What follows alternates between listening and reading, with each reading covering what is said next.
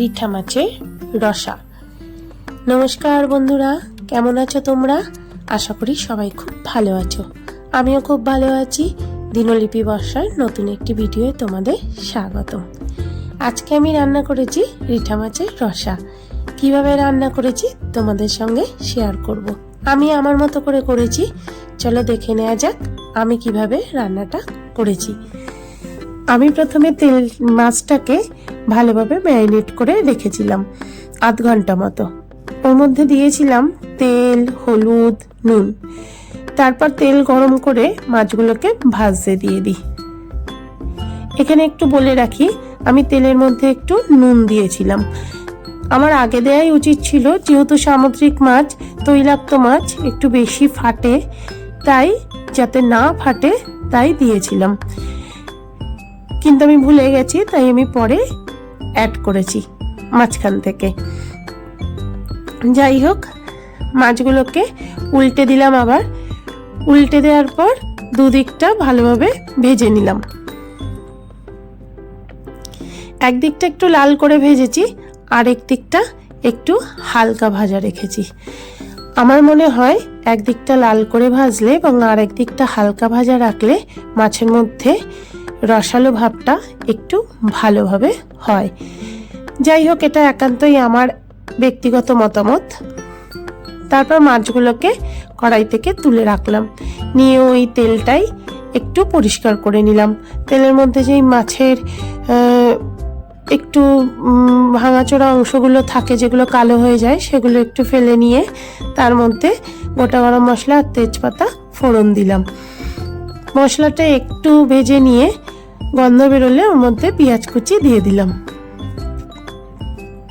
ভালোভাবে পেঁয়াজটাকে ভেজে নিলাম।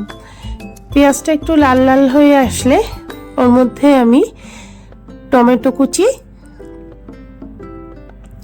আর দুটো কাঁচা লঙ্কা অ্যাড করেছি।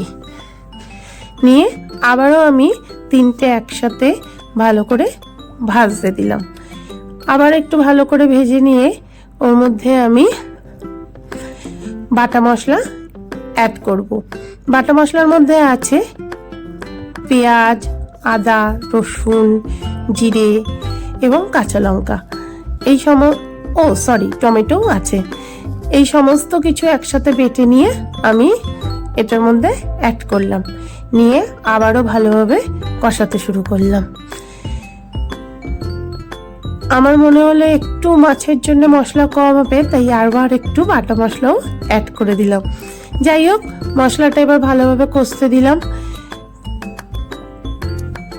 ভালোভাবে কষানো হয়ে গেলে এটার মধ্যে আমি একটু আমার মিক্সি দেওয়া জল দিয়ে দেব। যে মিক্সিটাতে আমি মশলাটা বেটেছি সেটা ধুয়েই আমি এই জলটা ব্যবহার করলাম। যাই হোক, এই স্বভাবটা মনে হয় অনেকেরই আছে।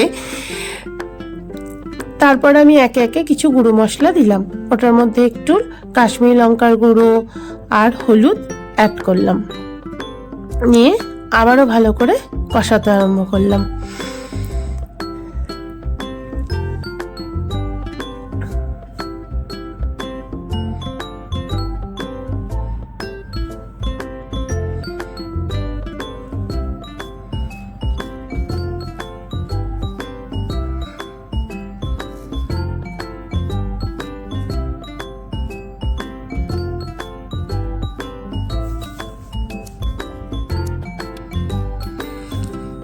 এবার ভালোভাবে কষিয়ে নিয়ে আস্তে আস্তে মশলা থেকে তেল ছেড়ে আসছে। এই মতো অবস্থায় আমি ভালোভাবে মশলাটাকে কষাতে আরম্ভ করলাম। মশলাটাকে পুরো ড্রাই করে নিলাম এবং ওটার থেকে কাঁচা গন্ধটাও চলে গেল এবং মশলা ভাজার একটা সুন্দর গন্ধ যখন বেরিয়ে এলো, সেই মতো অবস্থায় আমি ওটার মধ্যে ঈষৎ উষ্ণ গরম জল অ্যাড করেছি। আমি রান্নায় সবসময় ঈষৎ উষ্ণ গরম জলই অ্যাড করি। এটা হয়তো অনেকেই করো তোমরা, আমিও করি। খুব কম সময় এরকম আছে যখন আমি ঠান্ডা জল ইউজ করি, যখন হাতে একদমই টাইম থাকে না।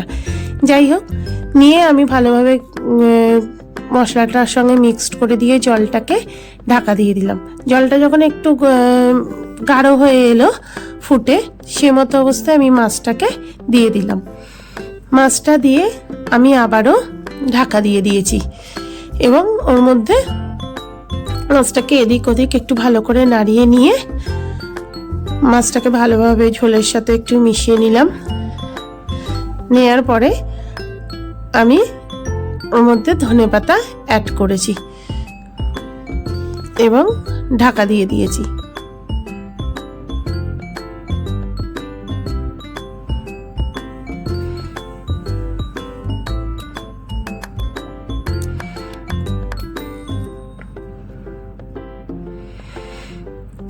একটু শাহি গরম মশলাও আমি দিয়ে নিয়েছি, নিয়ে ঢাকা দিয়ে দিলাম।